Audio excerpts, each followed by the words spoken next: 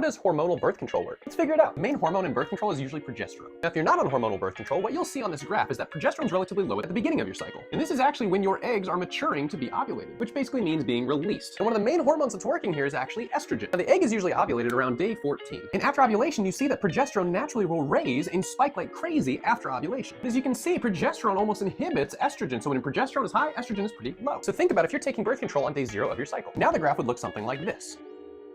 So now progesterone is staying pretty high, which makes estrogen stay very low. And if estrogen stays low, remember, we're not maturing the egg to be ovulated. So if you're on birth control with progesterone, there's no ovulation that occurs. And if no ovulation occurs, there's no egg to be fertilized. And furthermore, once you take progesterone supplements for 21 days, you usually start taking sugar pills for the next 7 days. So if you think about it, once you start taking the sugar pills, what happens to your progesterone levels? They will drop like a rock. And if you notice this drop in progesterone, it's simulating a regular cycle where progesterone also drops. And this drop in progesterone induces menstruation, or the shedding of the endometrial lining. So now you don't have to ask the question,